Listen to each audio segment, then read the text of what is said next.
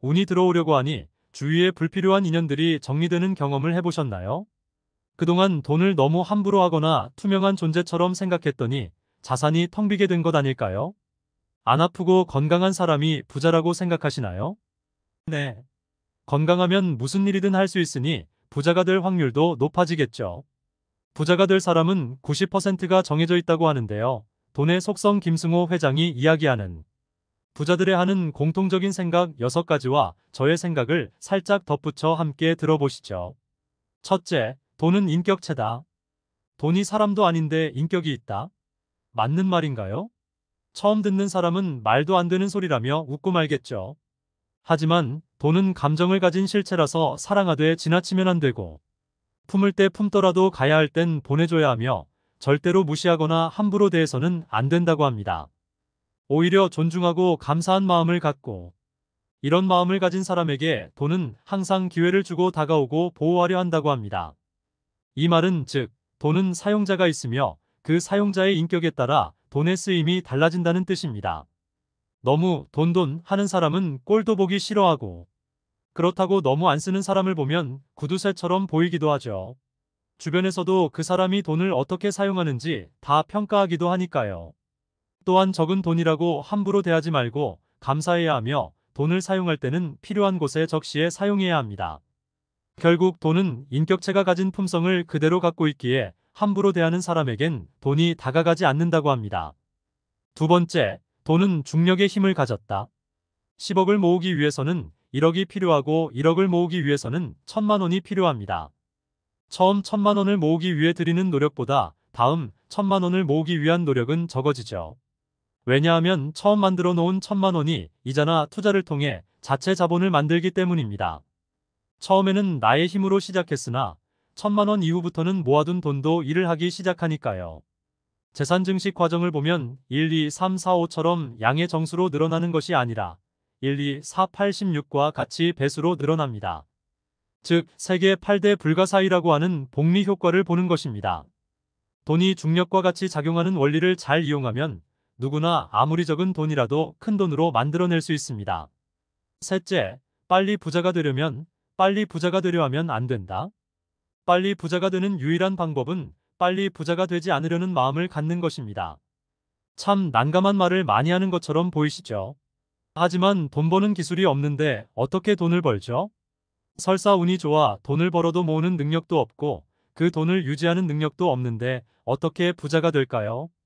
즉 부자가 되려면 돈 버는 기술을 알아야 하고 돈 모으는 능력, 유지하는 능력이 있어야 하며 번 돈을 필요에 따라 쓰는 능력 등 4가지 능력이 갖춰져야 하며 이렇게 부자가 되는 사람은 절대로 다시 가난해지지 않는다고 합니다.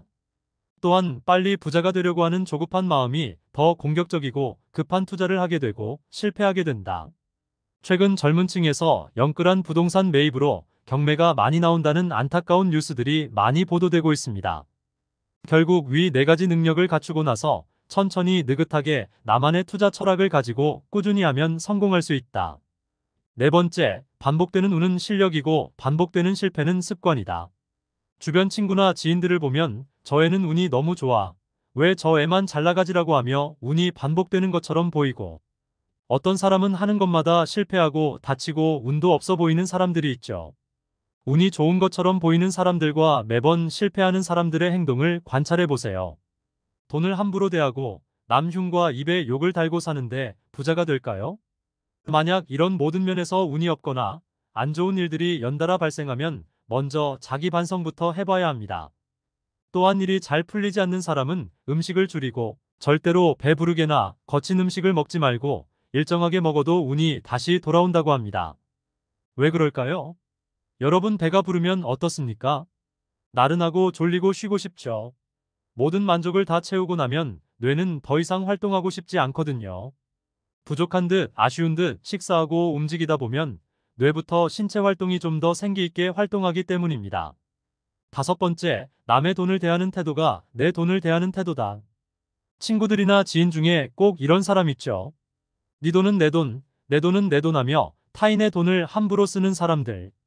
남의 돈을 함부로 하지 않을 때 내 돈도 함부로 취급받지 않습니다.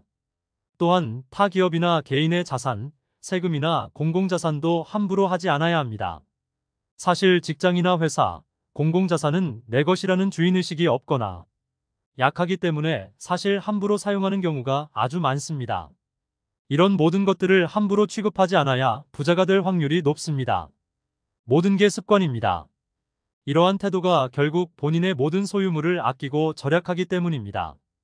여섯 번째, 일정하게 들어오는 돈의 힘. 규칙적인 수입의 가장 큰 장점은 미래 예측이 가능해진다는 점입니다. 미래 예측이 가능하면 금융자산의 가장 큰 리스크를 제어할 수 있다는 장점이 있습니다. 비정규적인 돈은 단기간에 많은 수입을 얻는다는 뜻인데 한 번에 몰려온 돈은 실제 가치보다 커 보여서 함부로 사용하게 될 확률이 높기 때문입니다. 만약 직장인이라면 월급이 작게 보일 수도 있으나 매월 꾸준한 저축이나 적금으로 종잣돈을 만들고 그 사이 투자 공부를 열심히 해서 투자하면 성공 확률도 높아집니다. 오늘은 부자들이 하는 공통적인 생각 6가지를 알아봤습니다. 사실 위 모든 것은 평소 본인이 어떤 생각과 습관을 가졌는지에 관해 설명하는 것 같습니다. 우리 모두 부자 되는 그날까지 부자들의 성공 습관을 꾸준히 배우도록 노력할까요? 긴 영상 시청해주셔서 감사합니다. 도움이 되셨다면 구독과 좋아요 부탁드립니다.